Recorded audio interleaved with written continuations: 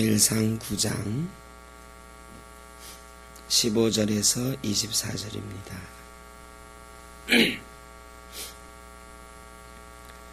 구약성경 420쪽 사무엘상 9장 15절에서 24절.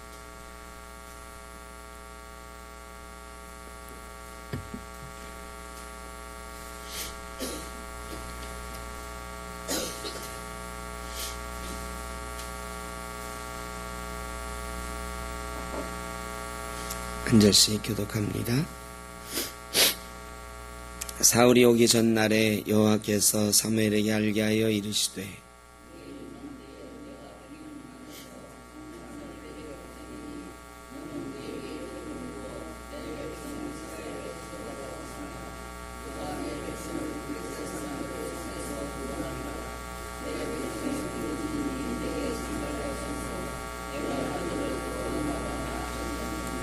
사무엘이 사울을 볼 때에 여호와께서 그에게 이르시되 보라, 이는 내가 네게 말한 사람이니 이가 내 백성을 다스리리라 하시니라.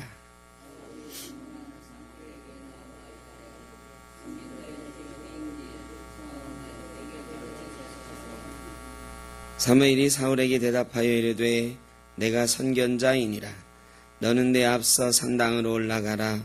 너희가 오늘 나와 함께 먹을 것이요 아침에는 내가 너를 보내되 내 마음에 있는 것을 다 네게 말하리라.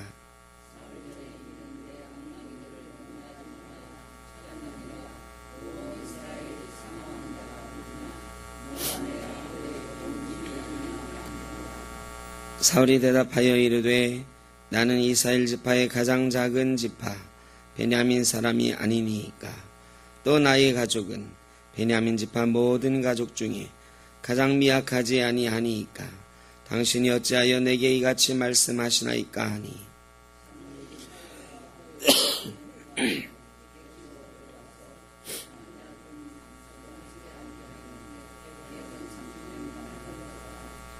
사무엘이 요리인에게 이르되 내가 네게 주며 네게 두라고 말한 그 부분을 가져오라.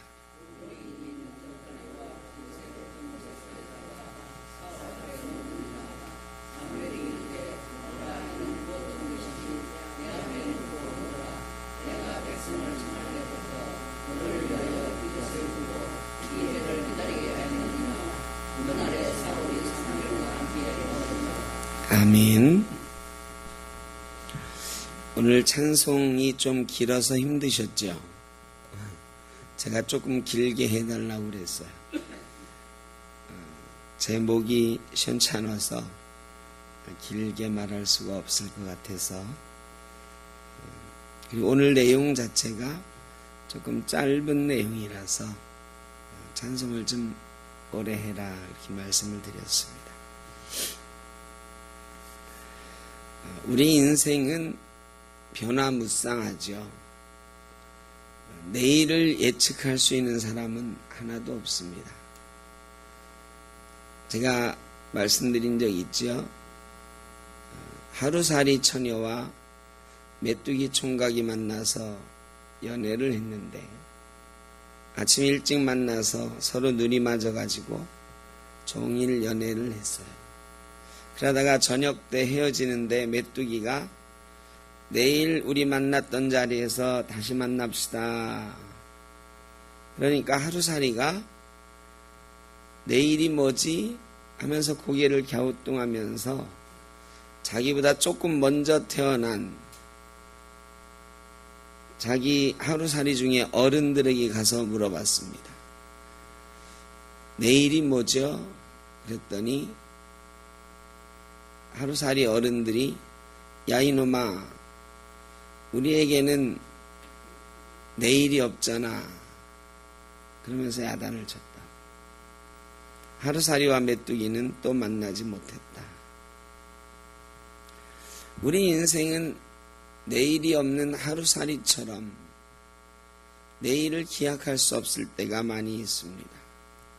그래서 우연의 연속인 것 같고 예측할 수 없는 일들이 일어날 때마다 왜 나에게 이런 일이 일어날까 생각하기가 쉽습니다.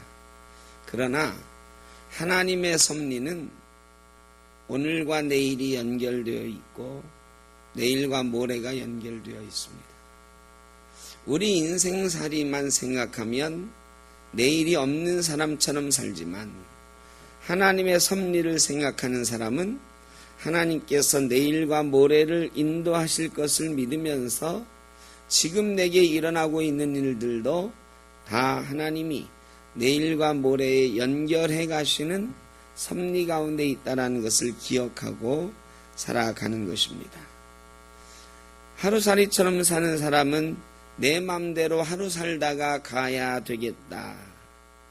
어차피 한 번 사는 인생 내 뜻대로 한번 살아봐야 되겠다 하지만 하나님의 섭리를 믿는 사람은 하나님께서 내 길을 인도하시기를 구하면서 그렇게 살아가는 것입니다. 저와 여러분도 하나님의 인도하심이 있기를 바라고 또 그 인도를 따라 살기를 주의 이름으로 축원합니다. 이스라엘 백성이 사무엘에게 왕을 세워달라고 했어요. 하나님이 왕을 세우라 그랬죠. 그러고 나서 사울에 대한 소개가 오늘 나오고 있습니다. 우리가 읽지는 않았지만 9장 앞에 보면 베냐민 지파의 기스라고 하는 사람의 아들이 있는데 그가 사울이었다. 사울은 첫째로 준수한 청년이었습니다. 키가 다른 사람보다 어깨 위는 더 컸다고 성경은 기록하고 있어요. 그러니까 다른 사람이 180이면 이 사람은 2m는 되는, 그리고 얼굴이 훤칠하게 잘생긴 사람이었습니다. 그리고 사울은 아버지에게 순종하는 사람이었습니다. 아버지가 나귀를 어쩌다가 잃어버렸는데 나귀를 좀 찾아오라. 여러분, 그런데 이게 한강 모래밭에서 바늘 찾기 같은 거죠. 이 나귀가 말이죠, 도망갔어. 내 동네에는 없으니까 아버지가 찾다가 못 찾으니까 찾아오라 한 거 알 거 아니에요. 아버지가 나귀 잃어버리자마자 아들에게 야, 내가 나귀를 잃어버렸는데 가서 좀 찾아와라 그랬겠습니까? 아니죠. 나귀가 어디 있나고 열심히 둘러봤는데 없는 거 아니에요. 여러분, 그 정도 되면 나귀가 다른 동네로 갔다, 다른 산으로 넘어갔다 이럴 수도 있거든요. 이게 정말 쉽지 않은 일이거든요. 어디로 간지 알아? 동서남북 어디로 먼저 갈까요? 예, 여러분 어디로 먼저 가요? 침 뱉어가지고 튀겨지는 대로? 이게 오리무중이거든요. 나귀가 어디로 갔는지 근거가 없어요. 자기 마을을 떠난 거거든. 그런데 사울은 아무 말 안 하고 사흘 동안이나 이 나귀를 찾아다니는 거예요. 여러분, 이게 쉬운 일은 아니죠. 한나절 찾아보고 아버님 못 찾겠습니다 이럴 수도 있지만 사흘을 찾아다니는, 사흘을 동쪽으로 갔다가 다시 서쪽, 북쪽으로 갔다가 다시 남쪽으로, 이런 거 아니겠습니까? 사방천지를 열심히 뛰어다니면서 찾은 거죠. 아버지에게 아무 말 없이 순종하는 사람이었다. 그런데 사울을 찾고 나서는 사울이 이렇게 말합니다. 사환에게 나귀는 고사하고 우리 때문에 부모님이 걱정하시겠다. 아니, 나귀 찾아오라고 그랬는데 사흘 동안 안 들어오는 거 아들이. 여러분, 그러면 나귀가 걱정됩니까? 아들이 걱정됩니까? 아들이 걱정되잖아. 그래, 나귀를 찾아드려야 되겠다는 효심이 가득하지만 그거보다 더 큰 효심이 있어. 부모님을 걱정하게 하면 안 되겠다. 여러분, 자녀들을 볼 때마다 자녀들이 효도하겠습니다 그러면 뭐라고 하세요? 걱정 안 끼치고 니들이나 잘 살면 그게 효도다 그러죠. 저도 살아보니까 저희 부모님에게 제가 효도한 게 별로 없는데 제일 큰 효도가 걱정 안 끼쳐드리는 것 같아요. 이 나이 되도록 걱정 끼쳐드리는 일들이 많아요. 걱정 안 끼쳐드리는 게 제일 큰 효도다. 저희 아들이 군대에 갔잖아요. 저희 아들한테도 똑같은 느낌이에요. 얘가 뭐 군대 가서 효도할 게 있어요? 그런데 아무 걱정 없이 군 생활 잘하면 그게 제일 큰 효도다. 사울은 부모님에게 걱정 끼쳐드리지 않으려고 하는 마음을 가지고 있던 사람이다. 사울에 대해서 그런 소개들을 하고 있어요. 그러니까 사울이 애초에 꽤 괜찮은 사람이었다는 얘기를 성경은 하고 있는 거예요. 하나님하고의 관계는 어땠는가? 이제 돌아가자 그러니까 사환이 그래요. 도련님, 뭐 도련님이라고 했는지 주인님이라고 했는지 주인님, 요 근처에 하나님의 선견자가 있으니 선지자가 있으니 가서 한번 물어보시죠. 그 사람이 앞날도 내다보고 여러 가지 비밀들을 사람들에게 알려준답니다. 자, 사울이 선택하는 거예요. 지금 자기 마음은 빨리 돌아가야 부모님이 걱정 안 하신다 이렇게 생각을 하고 있는 거거든. 근데 이 사환이 근처에 하나님의 선견자가 있으니 찾아가 봅시다. 마지막으로 거기만 들렸다 가십시다. 여러분, 여기서 쉽게 그래 선견자에게 가보자 이런 말 하기가 쉬운 것 같지만 제 생각엔 그렇지 않습니다. 이미 내 마음은 돌아가기로 정했는데 이 종이 하나님에게 한번 물어보자 하는 거거든요. 여러분, 이런 때 제일 먼저 드는 마음이 보통 사람의 마음 중에 어떤 게 있죠? 이 종이 사환이 그렇게 말을 하는 거예요. 이 사환은 이스라엘 사람일 수도 있지만 이스라엘 사람이 아닐 가능성이 더 많아요. 이 베냐민 지파의 종노릇하는 그런 사람이잖아요. 그것도 사울이 나중에 고백하길 우리 집은 베냐민 지파에서 그렇게 크지 않은 작은 집입니다 그러잖아요. 그런 집의 사환이라 그러면 이스라엘 사람을 사환으로 두는 건 아닐 거고 아마 노예로 팔려온 이방인 소년쯤 될 거란 말이죠. 자, 그런 사환이 여기 하나님의 선견자가 있답니다. 소문을 들은 거죠. 자, 여러분, 하나님의 선견자를 찾아간다고 해서 지금처럼 전화하고 가겠습니다 하고 가는 게 아니고 물어물어 찾아가 가지고 시간이 있는지 없는지도 모르고 얼마나 걸릴지도 모르는 일이에요. 지금 부모님에게 빨리 가는 게 급한가요? 이 사환의 말을 듣고 혹시나 하는 마음에 하나님의 선견자를 찾아가는 게 중요한가요? 너무 그런 뻔한 대답을 하지 마시고 한 번 더 생각을 해보세요. 저 같으면 틀림없이 이렇게 말했을 거야. 야, 임마, 네가 뭘 안다고. 이방인 소년이 얘기하는데 이렇게 얘기하는 사람이 훨씬 많습니다. 주변에서 목사가 얘기하거나 뭐 자기보다 좀 어른이 얘기하거나 이러면 그냥 예 알았습니다 하고 듣는 척 하는데 대개는 신앙생활도 별로 안 한 사람, 나이도 어린 사람, 이런 사람들이 하나님께 기도해 보시면 어떨까요? 말하면 속으로 뭐라느냐? 내가 기도를 너보다 많이 해도 몇 배는 더 한다. 이런 마음들을 들기가 쉬운 거예요. 그런데 사울은 사환의 그 말을 듣고 선택을 하는 거죠. 야, 부모님 걱정하실 텐데. 그래도 하나님의 선견자가 근처에 있다는데 이 두 가지를 놓고 사환의 말이지만 경청했어요. 그리고 사환의 말이 옳다 생각을 하고 그대로 행했어요. 이게 쉬운 일은 아니다 싶습니다. 사울이 하나님에 대해서 가지고 있는 태도가 저는 이때 굉장히 신실했다 이런 생각이 들어요. 사완의 말에도 하나님의 선견자에게 물어보자 하는 말에 사울이 응답했거든요. 더군다나 얼마나 피곤하겠어요. 사흘을 쏘다녔는데. 그런데도 하나님에게 한번 여쭤보자 하는 마음이 사울이 있었던 사람이다. 애초에 하나님과의 관계가 제대로 서 있던 사람이었다. 이런 생각이 듭니다. 사완의 말을 듣고 물어 지금 묻는 말이 여러 번 나와요. 알고 가는 게 아니에요. 지금처럼 내비가 있어서 찾아가는 것도 아니고 주소가 있어서 찾아가는 것도 아니에요. 그냥 근처에 있다더라.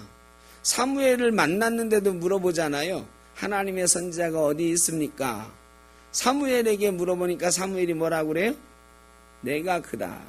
전혀 모르고 얼마나 헤맬지도 모르는데 하나님에게 여쭤보자고 찾아간 바람이 있는 거예요. 어떤 바람이 있을까요? 하나님의 선견자를 만나서 아버지가 잃어버린 나귀를 좀 찾을 수 있으면 좋겠다는 바람이 있어요. 그리고 젊은이니까 하나님의 선견자가 혹시 내 인생에 대해서도 좀 인도해 줬으면 좋겠다 하는 바람도 있었을 거예요. 이왕 여기까지 왔는데 만나보자. 그런 바람을 가졌어요. 사무엘은 또 하나님께서 이스라엘에게 왕을 세워주라고 하니까 누구를 왕으로 세울까 고민하고 있었을 것 아닙니까? 하나님이 내가 너에게 알려주겠다 하셨는데 그 두 사람이 지금 만나고 있는 것입니다. 사무엘의 간절한 바람과 사울의 바람이 만나서 하나님의 역사를 이루어가는 거예요. 여러분, 역사는 바람이 있는 사람들이 만들어가는 것입니다. 아무런 기대도 설렘도 바람도 없는 사람은 절대로 역사를 만들어갈 수가 없습니다. 우리의 인생도 마찬가지입니다. 하나님께서 내게 이루실 일, 이런 것에 대한 기대가 없으면 절대로 하나님이 뜻하신 바를 내 인생 가운데 이룰 수가 없어요. 여러분, 하나님께서 지금 여러분에게 기대하는 바, 또 여러분이 하나님께서 내 인생에 이루어 주셨으면 하는 기대하는 바, 이런 것들이 어디 넘쳐나고 계십니까? 어떻습니까? 그런 것들이 넘쳐나시길 바랍니다. 제가 여러 번 말씀드렸어요. 이런 꿈과 비전을 갖는 것은 절대로 나이와 상관이 없다. 건강과 상관이 없다. 나를 통해서 이루실 일, 그것에 대한 간절한 바람이 있으면 하나님께서 하나님의 선견자도 만나게 하시고 하나님의 인도하심을 허락하신다는 것입니다. 바람을 가지시길 바랍니다. 하나님이 이루실 일. 사울을 만났는데 사무엘에게 하나님이 이 사람이 내가 너에게 말한 사람이다. 그러면서 내 백성의 부르짖음이 내게 상달되었으므로 이런 말씀을 하세요. 이거 이해하기가 참 어려웠습니다. 내 백성의 부르짖음은 뭐냐? 왕을 세워주십시오. 왕을 세워달라는 말은 하나님이 정확하게 말씀하셨어요. 그들이 뭐 하려고 하는 것이다? 하나님을 버리려고 하는 것이다. 이렇게 말씀하셨어요. 사무엘이 섭섭해하니까 그들이 너를 버리려고 하는 게 아니고 나를 버리려고 하는 거다. 자, 누가 기도를 열심히 해요. 이제 당신은 필요 없고 당신을 대신할 사람을 나에게 좀 보내주십시오. 여러분, 이 기도 들어주고 싶어요? 안 들어주고 싶어요? 이 기도 별로 안 들어주고 싶잖아요. 그런데 그들의 부르짖음이, 내 백성의 부르짖음이 내게 상달되었다고. 그래서 내가 왕을 찍어준다고, 왕을 세워준다고 하나님이 지금 말씀하십니다. 하나님은 참 오묘하신 분이다. 하나님의 사랑은 측량할 수 없다. 내 백성이 나를 버리려고 하는 기도에도 백성의 간절함이 있어요. 왕이 있어야 우리가 외세로부터 침략당하지 않고 그럴 것 같다는 이 부르짖음이 있어요. 그러니까 하나님이 우는 아이 떡 주는 심정으로 주신다. 이게 잘못된 길인 줄 알아. 그런데 물론 하나님의 섭리가 있는 거죠. 왕을 세워주면 이 왕이 너희에게 올무가 되고 가시가 될 거다. 다 알려주시면서도 그들의 기도를 들어주신다. 여러분, 우리가 기도할 때에 정말로 간절하면 하나님이 하나님을 버리는 기도인 줄 알면서도 들어주신다. 이게 우리는 도저히 상상할 수 없는 사랑이다. 백성들의 아픔을 일단은 치료해 주기를 원하십니다. 참 이해하기는 어려운 구절이에요. 저 같으면 절대 안 들어줄 것 같은데. 근데 백성들의 자유의지로 그들이 왕을 선택하고 있어요. 그리고 그 의지로 부르짖는데 그 부르짖음이 너무너무 간절하니까 하나님이 그 기도를 들으셨다. 그리고 그들에게 왕을 세워주신다.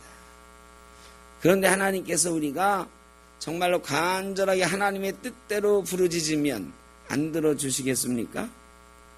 너는 부르짖으라 내가 내게 응답하겠고 내가 알지 못하는 크고 비밀한 일을 내게 보이리라. 예레미야 33장 3절에 하나님은 우리가 부르짖으면 응답하시는 분이십니다. 그것이 하나님 마음이 좀 섭섭한 거라고 해도 들어주시기도 합니다. 그러니 우리가 하나님의 뜻대로 하나님 영광을 위해서 간절하게 부르짖는다고 하면 안 들어주실 리가 있겠네요.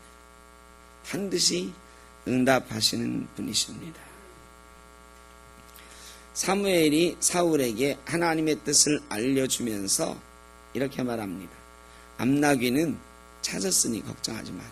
니들이 사흘 돌아다니는 동안 암나귀가 돌아왔다. 그들의 마음을 일단 위로해주고 편안하게 해주고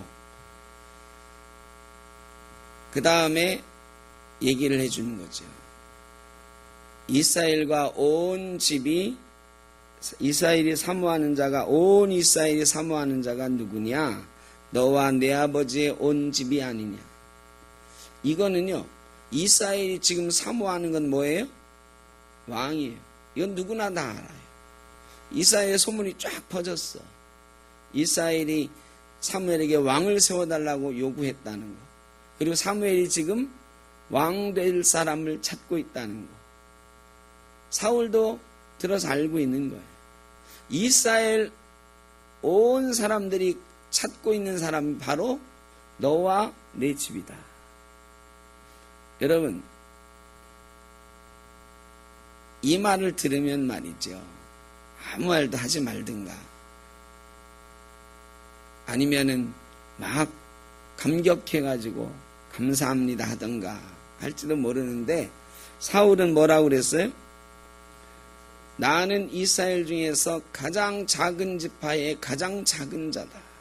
베냐민 지파는 가장 작은 지파고 그 중에서도 우리 집안은 큰 집안도 아니고 그 중에서도 나는 가장 작은 자입니다. 여러분 사울이 꽤 괜찮은 사람이었다고 그랬잖아요. 그런데 자기를 표현할 때는 나는 가장 작은 사람이라고 표현하고 있다. 실제로는 다른 사람보다 어깨 하나는 더 큰 사람이요. 잘생긴 사람이요. 꽤 괜찮은 사람이다. 그런데 나는 가장 작은 자입니다. 사도 바울도 그랬습니다. 내가 죄인 중에 괴수로다. 여러분 하나님은 어떤 사람을 들어 쓰시느냐? 겸손한 사람을 쓰시는 것입니다. 사역 앞에서는 당당해야 됩니다. 이 사역 내게 능력 주시는 자 안에서 내가 감당할 수 있습니다. 담대하게 사역을 감당해 나가야 되지만 하나님 앞에서 사람들 앞에서는 어때야 되느냐? 나는 가장 작은 자입니다. 이거 정말 중요하거든요. 그런데 이게 참 잘 안 되죠. 예수님께서도 그랬어요. 높아지려고 하면 낮아지고 섬김을 받으려고 하는 자는 남을 섬겨야 될 거라고. 그런데요, 대개는 높아지기를 원하잖아요. 높아지기를. 우리나라 교회마다 오래된 교회들이 그런 문제들이 있습니다.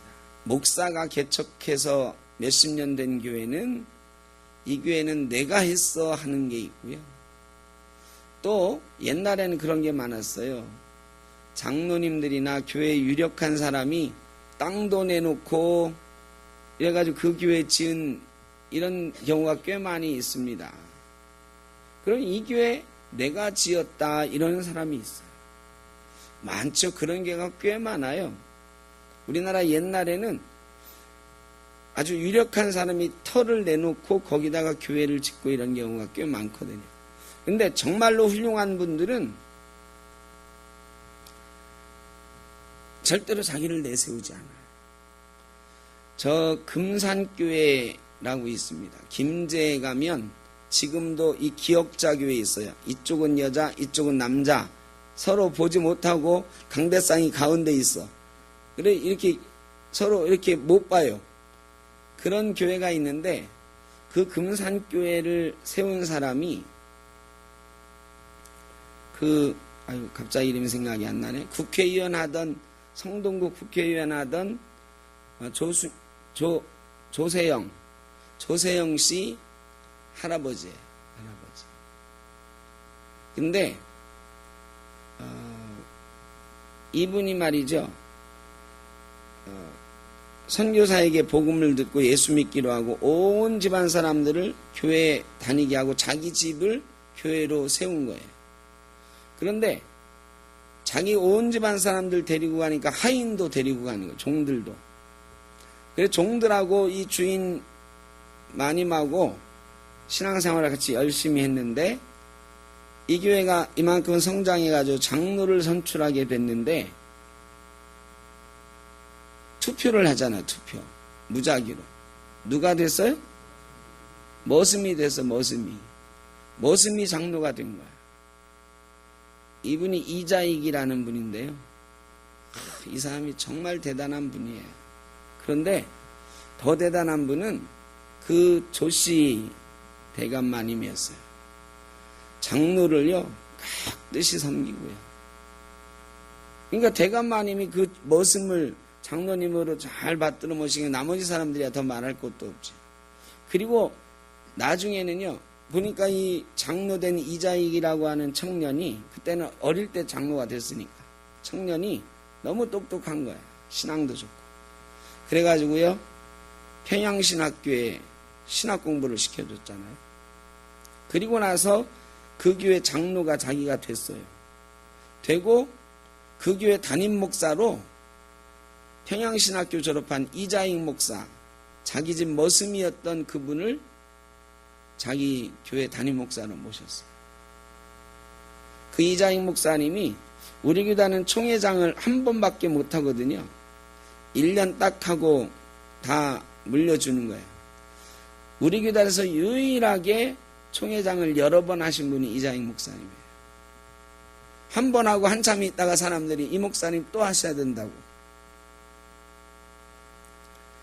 여러분 이런 섬김이 있어야 합니다. 그런데 많은 교회들에서 그 대감마님 같은 이런 힘을 가지고 있는 분들이 막 힘을 써요.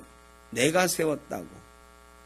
그래가지고 목사 장로가 싸우다가 찢어지는 교회들이 꽤 많이 있습니다.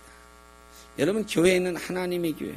하나님 앞에서 우리는 다 바울처럼 죄인 중에 괴수 같은 존재이고 사울처럼 가장 작은 자인 줄로 믿습니다.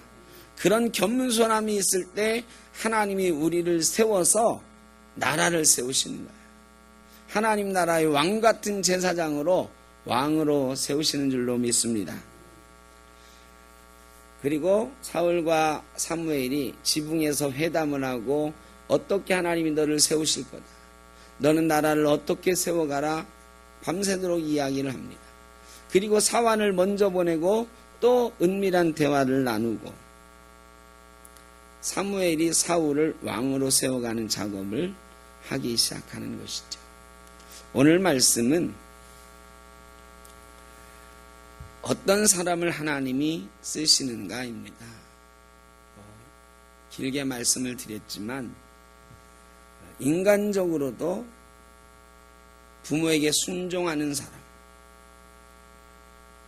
그 다음에 부모의 걱정을 안 끼쳐드리기 위해서 노력하는 사람, 하나님의 사람을 어렵고 힘든 가운데서도 찾는 사람, 하나님의 뜻을 물어보기를 원하는 사람, 하나님이 세우실 때에 나는 가장 작은 사람입니다라고 겸손한 사람, 그런 사람을 하나님이 쓰십니다. 우리가 다 겸손하게 하나님 앞에 나아갈 때에 저와 여러분도 사울처럼 하나님이 쓰실 줄로 믿습니다. 기도하겠습니다. 아버지 하나님, 우리가 이 땅을 살아갈 때에 변화막측한 세상 인생을 살아갑니다. 그러나 하나님께서는 우리의 간절한 기도를 들으시며 우리의 삶을 섭리해 가시는 줄로 믿습니다. 이스라엘을 위하여 사울을 왕으로 세워 가시는 하나님의 섭리하심이 오늘 말씀 가운데 있습니다.